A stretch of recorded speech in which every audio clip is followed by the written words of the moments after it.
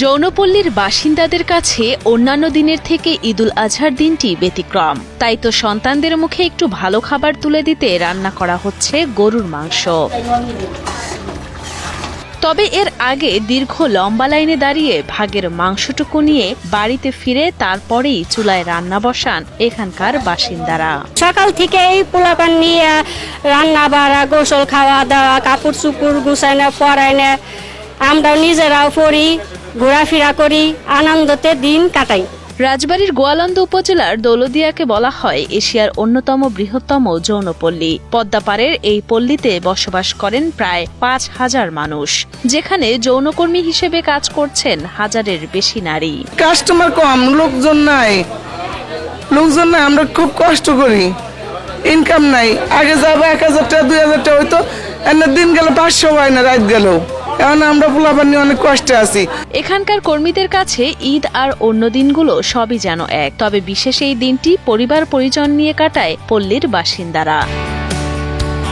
সকালে সেমাই রান্নার পাশাপাশি এদিন পল্লীর ভেতরে চলে মেহেদি আর সালামি। রান্না করি সিমাই, মাংস, খিচুড়ি, পোলাও, এই তো।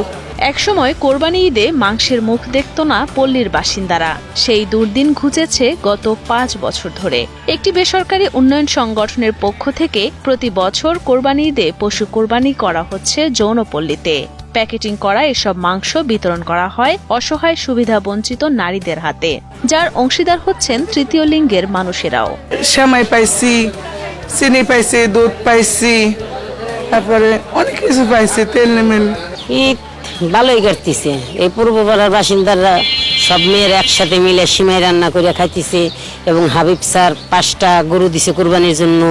এই পূর্বপাড়ার মেয়েদের জন্য সব মেয়েরা মিলে একসাথে মাংস কাটাকাটি করতেছে এবং তা নিয়ে সবাই মিলে বাসায় নিয়ে রান্না করে খাবে। এই পল্লী বাসিন্দারা ঈদে ঘোরাঘুরি করতে যায় না। পূর্বপাড়ার বাসিন্দাদের কোরবানি দেওয়ার মতো নেই সামর্থ্য, তাই কোরবানির মাংস তাদের মাঝে বিতরণ করা হয়। এমন মহতি কার্যক্রমের পেছনে রয়েছেন বাংলাদেশ পুলিশের অতিরিক্ত আইজিপি হাবিবুর রহমান, বিপিএম বার, পিপিএম বার। সবাইকে সাথে নিয়ে তিনি এভাবেই ঈদের আনন্দ ভাগাভাগি করেন বলে জানান অসহায় নারী ঐক্য সংগঠনের সভানেত্রী ঝুমুর বেগম। রোজার ঈদে কিন্তু এরকম মনে হয় না, কিন্তু কুরবানির ঈদে মানুষ কুরবানি দোয়া নিয়ে ব্যস্ত থাকে। মানুষ পোশাক আশাক কিনে না যে কুরবানি দেবো, যার দেওয়ার মতন সমর্থ আছে। আসলে ওই পূর্বপাড়ার যারা বাসিন্দার তাদেরকে দেওয়ার মতন কোনো আল্লাহ তৌফিক দেয় নাই, তাই তারা কুরবানি দিতে পারে না। তাই তারা ওখানকার মানুষ কখনো আগে কুরবানির মাংস খায় নাই, তারা পায় নাই। কিন্তু ২০১৯ সালের পরের থেকে এই উত্তরণ নামের ফাউন্ডেশন, এই হাবিবুর রহমানের পক্ষ থেকে এই পূর্বপাড়ার যারা বাসিন্দারা আছে তাদের মাঝে এই মাংসটা বিতরণ করা হয়।